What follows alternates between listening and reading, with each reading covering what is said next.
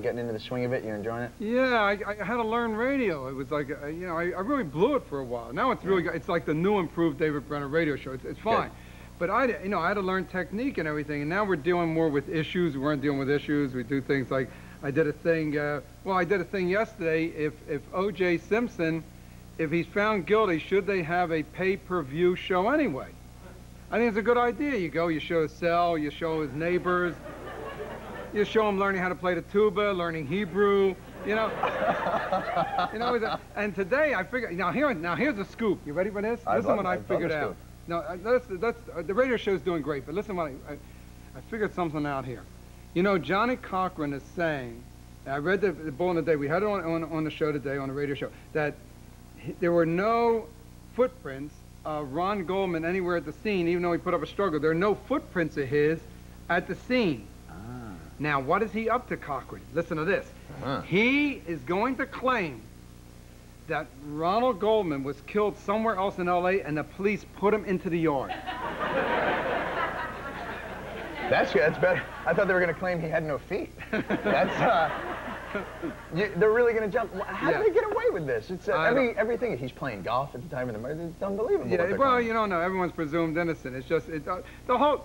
You know, the whole thing is, while all this is going on, guys are up for the same crime and are already, like, juiced. Yeah. You know what I mean? Like, you know, what happens to them? So what you got to do is you really got to learn, like, I think Darryl Strawberry should do it next. I think he should, you know what I mean? It should be like a celebrity thing. Every year we should have great celebrity murders. You know, I think that's a good idea. It kind of be like Circus of the Stars. Yeah, you know? yeah. You get, let's say, Kirk Cameron. I'm sure he'd kill somebody. And, we'll send him out there. Yeah. I think it's, instead of the rich and the famous, it could be the murderers, you know? What about this? What if we just murder a celebrity and maybe get somebody from the audience to do it?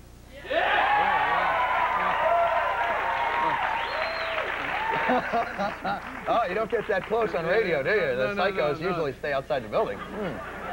That's the problem. They stay right outside the building. Mr. Brenner, we loved your show. Wait, hold on. Yes? Oh, all right. We have to take a commercial break, but we're going to come back with more David Brenner, so stick around.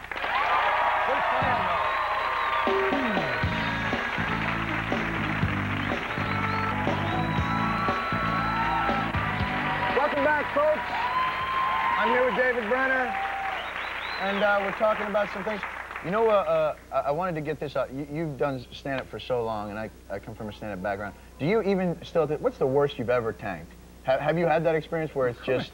Of course, you know, in comedy heaven, you have so many bombs you got to get out of the system. Right. Like God, you know, the comedy God, he says, all right, David Brenner will make an ass of himself 214 times, and you got to do it. Right. 212, you owe him 2. You got to get... The worst they ever did was in the beginning of the career, was at the Gaslight Club here in the Village in New York.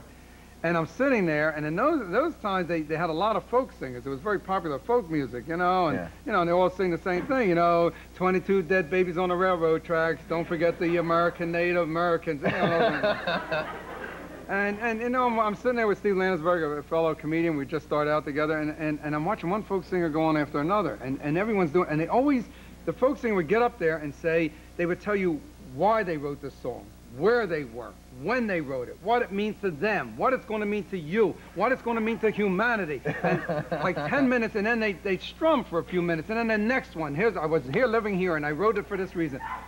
So I thought, geez, what an interesting motif.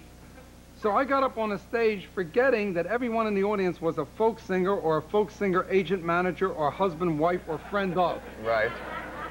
And I said, you know, I've been admiring the folk singers. Suppose comedians did that.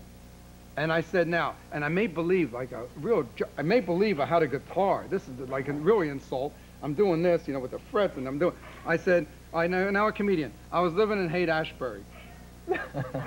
And I was going with this woman, Esther. We were living together. And we had an argument. And I left. And Esther tried to stop me, but she was in the bathtub at the time. She slipped in the tub and broke the big toe on her right foot.